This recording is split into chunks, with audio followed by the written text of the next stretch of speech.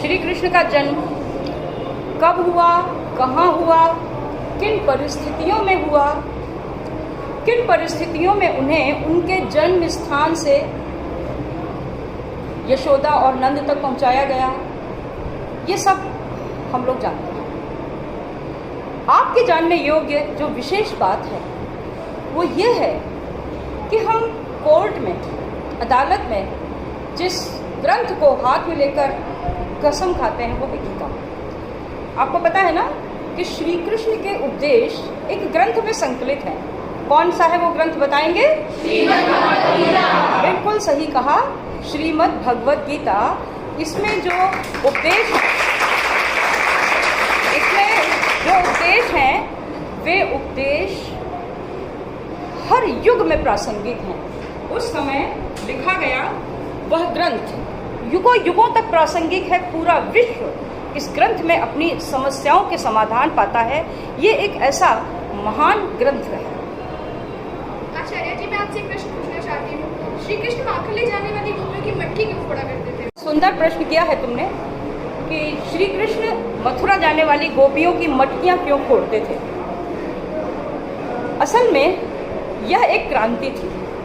यह एक अलग बात है कि कृष्ण ने जो दूध दही की मटकियां फोड़ी, उन पर आधारित इतने सुंदर साहित्य का सृजन हुआ, इतने लोकगीत बने। कान्हा रोको ना गगरिया कैसे सफरी, और चोरी माखन की दे छोड़ कन्हैया मैं समझा रही तो, इत्यादि इत्यादि ऐसे अमर गीतों का सृजन हुआ, लोक गीतों का, भक्ति गीतों का सृजन हुआ, जिनके बिना हमारे उत्सव अधूरे हैं। लेकिन इसके पीछे एक विशेष कारण ये था कि गोकुल में इतना प्रचुर मात्रा में जो मक्खन बनाया जाता था, कंस के दबाव में वो सब मथुरा नगरी में भेजा जाता था। मथुरा के असुरी थे। मथुरा के जो असुर थे वे सारा मक्खन अपनी मथुरा में मंगा लेते थे, और हमारे बच्चों को खाने के लिए मक्खन नहीं मिलता था। दूध दही को तरसते थे ग्वाल वाले। क्यों बर्दाश्त करेंगे वो इस बात को? तो कृष्ण ने एक क्रांति करी। जिस तरह हमारे शहीदों ने कह दिया कि स्वराज्य हमारा जन्म सिद्ध अधिकार है, उसी तरह कृष्ण ने कहा हमारे घर में, हमारे गांव में पैदा होने वाला मक्खन, इस पर पहला हमारा अधिकार है। ये मथुरा नहीं जाएगा, किसी के डर से मथुरा नहीं जाएगा। उन्होंने ग्वाल वालों की सेना बनाई, मार्ग में खड़े होते थे, मटकियां फोड़ देते थे ताकि यह मक्खन मथुरा जाना बंद हो जाए और ग्वाल वालों को प्रचुर मात्रा में मक्खन खाने को। बहुत अच्छा प्रश्न था आपका, और इन प्रश्नों से ही आप लोगों के समाधान होंगे। कोई और प्रश्न? आचार्य जी, मैं ये जानना चाहती हूँ, श्री कृष्ण गाय क्यों चराते थे, कोई और पशु क्यों नहीं? हाँ, ये भी बहुत अच्छा प्रश्न है कि कृष्ण गाय क्यों चराते थे। और आपको पता होगा कि इसीलिए कृष्ण का एक नाम है गोपाल। गोपाल अर्थात गायों को पालने वाला। वास्तव में जब वो मक्खन के इतने प्रेमी थे, दही के इतने प्रेमी थे, तो भैंस चराते अगर तो कुछ ज़्यादा ही मक्खन मिलता है ना। लेकिन वो भैंस नहीं चराते थे। उन्होंने भैंस नहीं चराई, उन्होंने गाय चराई। क्यों? क्योंकि गाय हमारा धर्म तंत्र है, हमारा अर्थ तंत्र है। आपको पता है जो देशी गाय है उसका दूध अमृत तुल्य है। संसार का कोई रोग ऐसा नहीं जिसकी औषधियाँ देसी गाय के दूध से, गोमूत्र से और गोबर से न बनती हैं। आज समस्या है, आज बहुत समस्या है। क्यों? क्योंकि देशी गाय की ये गौ उत्पाद उपलब्ध नहीं है। आज जर्सी गाय हो गई जिनमें वह प्रभाव नहीं है। जो आज भूमि बंजर हो रही है, ये क्यों बंजर हो रही है? क्योंकि हमने रासायनिक खादों का प्रयोग किया। अगर गायों का, बैलों का, बछड़ों का जो मूत्र, गोबर से जो जैविक खाद बनती थी, उस खाद से उसकी उर्वरा शक्ति बढ़ती थी, और वो जो अन्न होता था वो बहुत ही स्वास्थ्यवर्धक होता था। आज क्या है, हमारे आपके जैसे संतुलित जीवन जीने वाले लोग भी कैंसर और न जाने कौन कौन सी बीमारियों से ग्रस्त हो रहे हैं। हमारे पुरखों ने जिन्होंने कभी सिगरेट नहीं पी, जिन्होंने मादक द्रव्यों का सेवन नहीं किया, सिर्फ भयानक बीमारियां हो रही हैं। और वो पूछते हैं कि ये बीमारी हमें क्यों हुई, हमने तो कभी किसी अनुचित वस्तु का प्रयोग नहीं किया है। आपको पता है ये कहाँ से आती है? रासायनिक खादों के प्रयोग से जो विषाक्त अन्न है हम उसका सेवन करते हैं और हमारा शरीर बीमारियों का घर बनता चला जा रहा है। गाय के दूध में इतने गुण होते हैं कि हमें, यदि हम गाय के दूध का सेवन करें तो कोई भी बीमारी हो ही नहीं सकती है। बालकों के लिए शक्तिवर्धक, मेधावर्धक, एकाग्रतावर्धक यह दूध जो हड्डियों को मजबूत करता है, जो स्मरण शक्ति को बढ़ाता है, ये आप सबके लिए अमृत है। जो गौ भक्त हैं मैं तो उनसे निवेदन करना चाहूँगी, यदि आप गौ भक्त हैं तो एक गाय या तो पालें, और पालने की सुविधा न हो तो आप एक गाय के पालन का व्यय कहीं पर दें और एक गाय को गोद लें।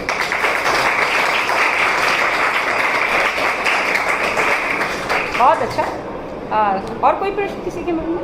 आचार्य जी, मैं आपसे यह पूछना चाहती हूँ कि श्री कृष्ण ने कहा है कि कर्म करो, फल की इच्छा मत करो, ये कैसे संभव है? ये कैसे संभव है? ये एक प्रश्न है जो सभी के मन में रहता है कि श्री कृष्ण ने कहा है कि कर्म करो, फल की इच्छा मत करो। हर व्यक्ति इस प्रश्न का मजाक उड़ाता हुआ दिखाई देता है। ये कैसे संभव है? पढ़ो, पास होने की इच्छा मत करो। ये गलत व्याख्या है। श्री कृष्ण ने कहा है कि कर्मण्येवाधिकारस्ते मां फलेषु कदाचन मां कर्मफल हेतुर्भू माते संगोऽस्त्व अकर्मणि। कर्मण्येवाधिकारस्ते मां फलेषु कदाचन का मतलब है कर्म करने में ही तुम्हारा अधिकार है, फल में नहीं। उन्होंने ये कहा है कि फल में तुम्हारा अधिकार नहीं है। एक बच्चा परिश्रम से साल भर पढ़ता है, उस साल भर पढ़ने के बाद वो परीक्षा दे देता है, तैयारी करता है, ड्रॉप करता है, कंपटीशन दे देता है। कंपटीशन देने के बाद वो प्रतियोगितात्मक परीक्षाओं में बैठता है, उसकी ये रैंक आती है, वो रैंक आती है, वो सफल होता है, वो असफल होता है। यह है फल। क्या वह इस फल को बदल सकता है? बताइए, आप लोग इस फल को बदल सकते हैं? नहीं बदल सकते हैं। तो फल में आपका अधिकार नहीं, कर्म में अधिकार है। आप 1 घंटे रोज पढ़ सकते हैं, 10 घंटे रोज पढ़ सकते हैं, है ना, दिन और रात पढ़ सकते हैं, लेकिन फल में अधिकार नहीं है। लेकिन यह एक शाश्वत नियम है कि जैसा करोगे वैसा पाओगे। As you sow so shall you reap. जैसी करनी वैसा फल, आज नहीं तो निश्चय कल। अगर तुमने मेहनत की है तो ये मेहनत कहीं जा नहीं सकती है, उसका फल तुमको मिलना ही मिलना है। ठीक, तो बात यहाँ पर इच्छा की नहीं है, बात यहाँ फल में अधिकार की है, पहली बात। अब आगे है कि इसमें आगे का माँ कर्म फल हेतुर्भू, कि तू कर्म फल का हेतु भी मत बन। कुछ अच्छा हो जाए तो ये मत सोच ये मैंने किया। माली कहता है ये बगीचा, इसमें ये सुंदर सुंदर फूल मैंने खिलाए, यहाँ पर वह कर्म फल का हेतु बन रहा है। उस बाग में एक गाय आती है, माली जरा सा डंडा फेंकता है, गाय मर जाती है। वो कहता है मैंने इसे मारा नहीं, गाय मर गई। यहाँ वह कर्ता भाव से मुक्त हो गया, उसने अपने आप को कर्ता भाव से मुक्त कर लिया। यहाँ वह कर्म फल का हेतु नहीं बना, यहाँ वो उस गाय के मरने का हेतु नहीं बना। तो आपको कर्म फल का हेतु बनने वाली बात समझ में आ गई हो तो हम आगे बढ़े। बात समझ में आ गई? आ गई, चलिए अच्छी बात है। अब आगे चलते हैं। अब आगे चलते हैं कि माते संगोऽस्त्व कर्मणि, कि जब ये निश्चित है कि फल में हमारा अधिकार नहीं है, फल जो विधाता ने निर्धारित कर दिया हुआ मिलेगा, ऐसा नहीं है। मनुष्य अपने भाग्य का निर्माता आप है, अपने कर्मों से अपने भाग्य को बनाता है। तो कभी ये मत सोचो कि जो भाग्य में होगा वो मिल ही जाएगा, ये सोचकर अकर्मण्य हो जाओ, ऐसा मत सोचो। माते संगोऽस्त्व कर्मणि, अकर्म में तुम्हारी आसक्ति न हो कि हम कोई कर्म नहीं करेंगे, फिर भी यदि भाग्य में हुआ तो हमें मिल अवश्य जाएगा। मुझे लगता है कि मैंने इसकी व्याख्या कर दी।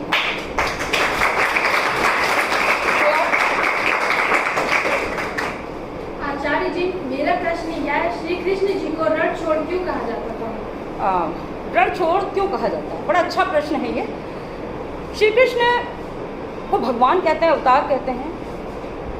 उसके बाद भी जब वो मथुरा में थे तो 17 बार आक्रमण हुआ, और अंत में जब काल यवन नाम के शत्रु के साथ उन पर आक्रमण किया गया तो उन्हें एक चीज ये समझ में आ गई कि युद्ध जब भी होता है, जय किसी की भी हो, पराजय किसी की भी हो, लेकिन उससे त्रस्त कौन होता है? बता सकते हैं त्रस्त कौन होता है? बताएं बताएं। प्रजा। युद्ध से हमेशा आम जनता को कष्ट होता है। तो जब उन्हें लगा कि यह युद्ध बिल्कुल अंतहीन है तो उन्होंने मथुरा को छोड़ करके द्वारिका नगरी बसा दी ताकि यह युद्ध समाप्त हो जाए और प्रजा को आगे कष्ट, मथुरा की प्रजा को आगे कष्ट न हो। और कृष्ण ने केवल मथुरा को ही नहीं छोड़ा, कृष्ण ने बहुतों को छोड़ा। कृष्ण ने जहाँ जन्म लिया था पैदा होते ही अपने माता पिता को छोड़ दिया। कौन थे उनके माता पिता? जन्म देने वाले माता पिता का नाम बताएं। और देवकी और वसुदेव। उसके बाद उन्होंने उनका पालन पोषण किसने किया? नंद और यशोदा ने। लेकिन जब अक्रूर ने उन्हें मथुरा आने के लिए निमंत्रण दिया तो उन्होंने किसको छोड़ दिया? नंद और यशोदा को भी छोड़ दिया। जिन गोपी ग्वाल बालों के साथ उन्होंने क्रीड़ाएं करी, पूरा बचपन गुजारा, सब कुछ किया, उन गोपी ग्वाल बालों को भी रोता तड़पता बिलखता छोड़कर वो चले गए। न कभी माता यशोदा से मिलने आए, न कभी गोपियों से मिलने आए, न कभी राधा से मिलने आए। मथुरा से गोकुल दूर नहीं था, फिर भी क्यों गोपियाँ नहीं माधव से मिलने गई कभी। और उद्धव आए तो श्याम कहाँ, कहते कहते राधा ने पलकें खोली पर मुंद गई वही। न गोपियाँ उनसे मिलने गई, न गोपियाँ उनसे मिलने गई, न कृष्ण उनसे मिलने आए। ये एक ऐसी विशेष प्रकार की मर्यादा है जिस मर्यादा का पालन सबने किया। और कृष्ण ने गोपियों को, जिसको जिसको कृष्ण ने छोड़ा, कभी दोबारा उनसे पलटकर मिलने नहीं गए, क्योंकि वे माया मोह से पूरी तरह रहित थे। उनका चरित्र इतना महान है जो सागर में से सागर की थाह को छूने के समान। तो मुझे लगता है कि आपको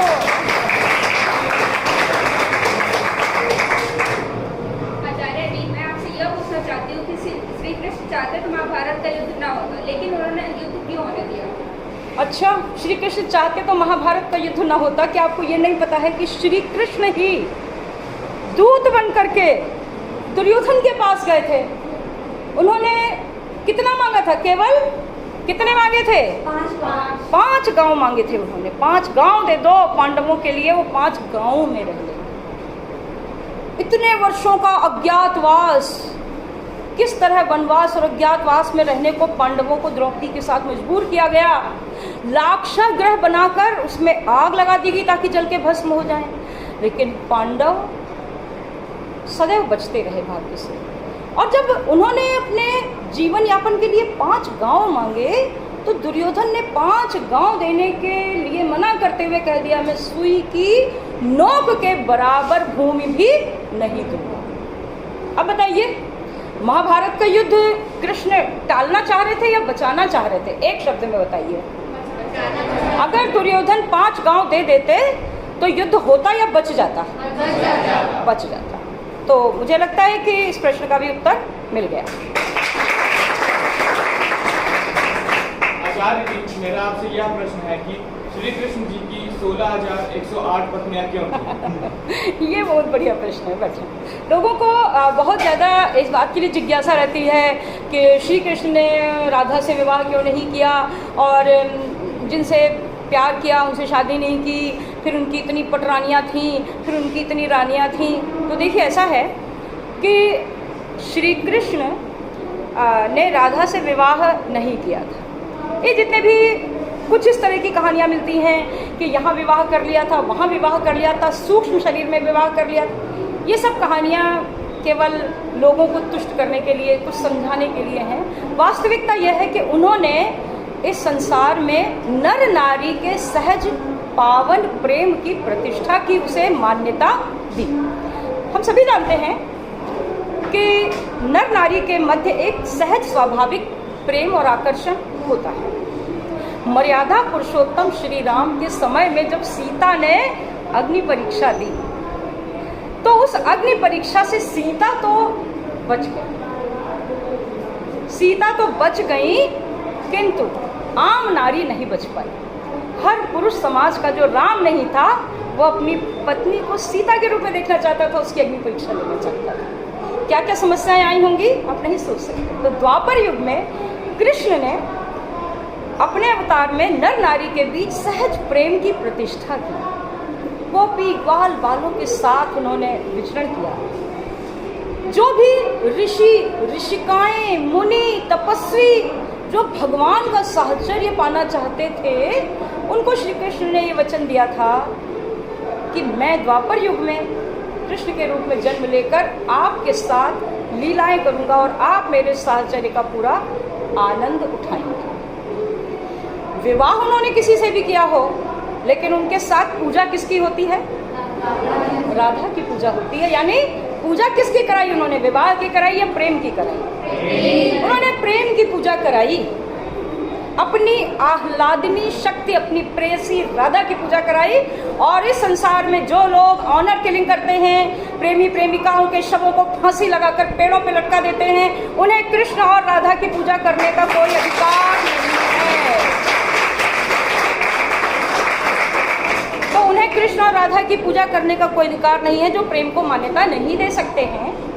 अब प्रश्न ये उठता है, जो कि आपने पूछा है कि 16,108 रानियां पत्नियां क्यों थी, तो 8 तो उनकी पटरानियां थी। उनके बारे में तो हम इस समय नहीं बताएंगे, लेकिन हम इतना जरूर बताएंगे कि जब श्री कृष्ण ने भौमासुर नाम के असुर का वध किया, तो उसने जो 16,100 कन्याओं को बंदी बना रखा था। कुछ का उसने अपहरण किया था, कुछ को युद्ध में जीता था। तो जब उसका वध हो गया, तो वो जो वहाँ किसी भी तरह से बंदी गृह में रहती थी, खाती थी, पीती थी, मगर रहती थी, उन्होंने प्रश्न किया कि अब हम कहाँ जाएं, अब हमें कौन स्वीकार करेगा। तो आप जानते हैं कि समाज की व्यवस्था यह है कि पत्नी को ही मान्यता मिलती है। तो कृष्ण ने कहा, मैं आप सबको अपनी पत्नी का स्थान देता हूँ, और इस तरह कृष्ण ने उनको पत्नी की मान्यता दी। इस प्रकार कृष्ण की 16,100 पत्नियां वो हुई जो भौमासुर से मुक्त कराई गई थी। 8 उनकी पटरानियां थीं। इस प्रकार कृष्ण की 16,108 पत्नियां। मेरा एक प्रश्न है, श्री कृष्ण सुनाई नहीं दे रहा, थोड़ा पास आए। आचार्य जी, मेरा एक प्रश्न है कि श्री कृष्ण ने इतना छल बल किया, फिर भी उन्हें भगवान क्यों मानते हैं? अच्छा, श्री कृष्ण छल बल क्या? निश्चित रूप से श्री कृष्ण का पूरा जीवन छल बल करते ही बीता। देखिए, जब जैसा शत्रु होता है तब वैसा उसका सामना किया जाता है। अगर हमारे भारत के ऊपर आज जल मार्ग से आक्रमण हो, तो हम जल मार्ग से आक्रमण करेंगे या हम थल सेना भेजेंगे? जवाब दीजिए। जल सेना भेजेंगे या थल सेना भेजेंगे? हम जल सेना भेजेंगे। और अगर वायु मार्ग से आक्रमण हो रहा है, तो हम वायु सेना भेजेंगे या जलपोत भेजेंगे?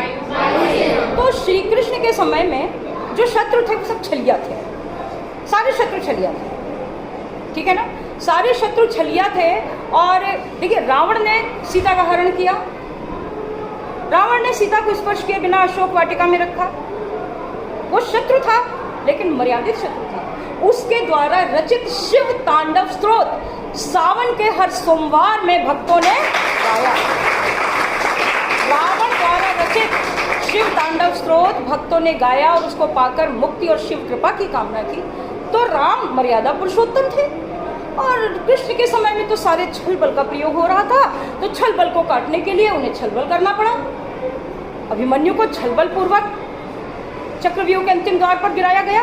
मरे हुए अभिमन्यु के ऊपर जयद्रथ ने अपना पैर रखा। अर्जुन ने प्रतिज्ञा ली कि जब तक अभिमन्यु के सिर पर पैर रखने वाले, अभिमन्यु के शव के सिर पर पैर रखने वाले जयद्रथ का वध नहीं कर लूंगा, तो मैं शाम को चिता में प्रवेश कर जाऊंगा। जयद्रथ तो छिप गया, चिता तैयार हो गई। कृष्ण ने कहा, अर्जुन वीर हो तुम, धनुष बाण लेकर चिता में प्रवेश करो।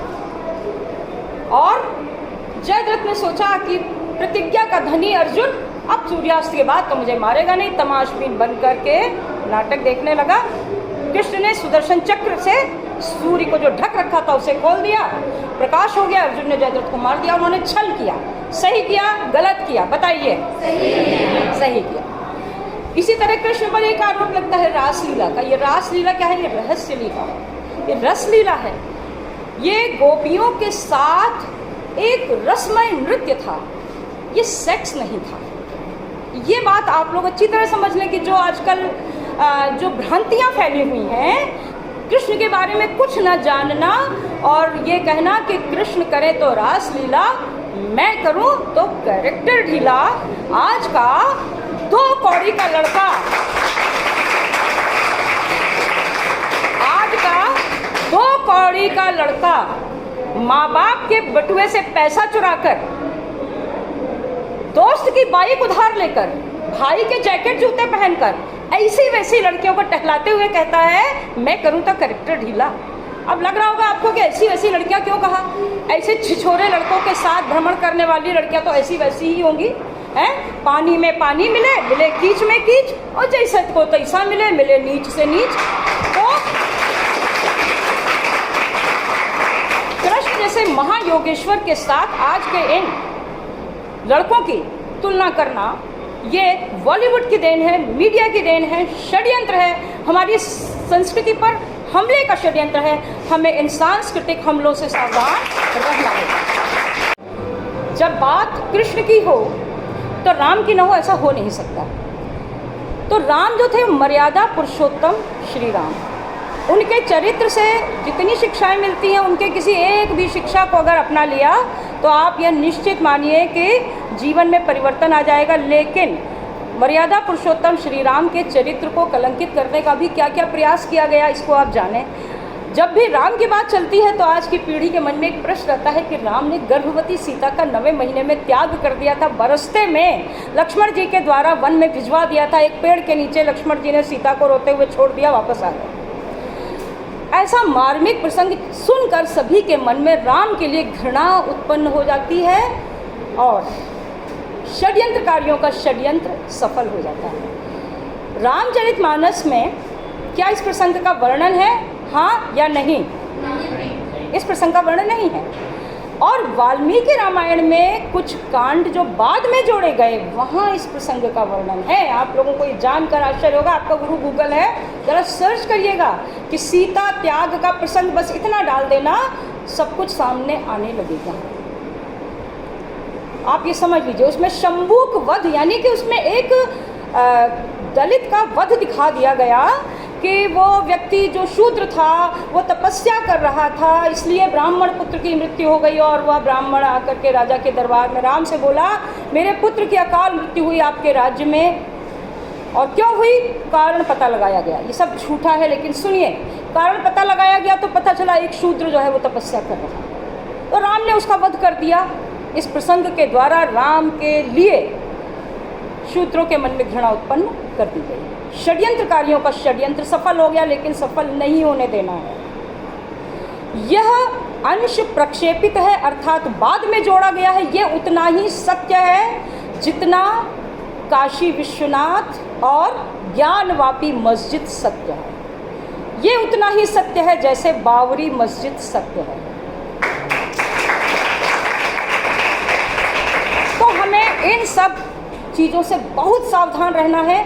आप सच्चाई जानिए, वे राम जो मर्यादा पुरुषोत्तम थे, जिन्होंने सीता के लिए किस तरह का दुख सहा, आप उसको जोड़िए इस सीता त्याग के प्रसंग से। क्या आपको लगता है कि अग्नि परीक्षा देकर के लाए हुए राम मात्र एक धोबी की कही हुई अफवाह पर उस गर्भवती सीता को वन में छोड़ देंगे? हृदय से पूछिए, आपको पता चलेगा कि ये सब भयंकर साजिशें हैं हमारे मर्यादा पुरुषोत्तम श्री राम को कलंकित करने के लिए। क्यों नहीं बताया जाता है कि प्रातः काल उठ के रघुनाथा और मात पिता ही गुरु ना वही माथा। क्यों? अगर हमारा बच्चा मात पिता ही गुरु, माता पिता और गुरु को प्रणाम करने लगेगा तो उसका चरित्र उज्जवल हो जाएगा, और यहीं से उसके चरित्र के उज्जवल होने की शुरुआत होगी। जिसका सिर माता पिता और गुरु के सामने झुक गया, उसका सिर संसार में सदैव ऊंचा रहेगा।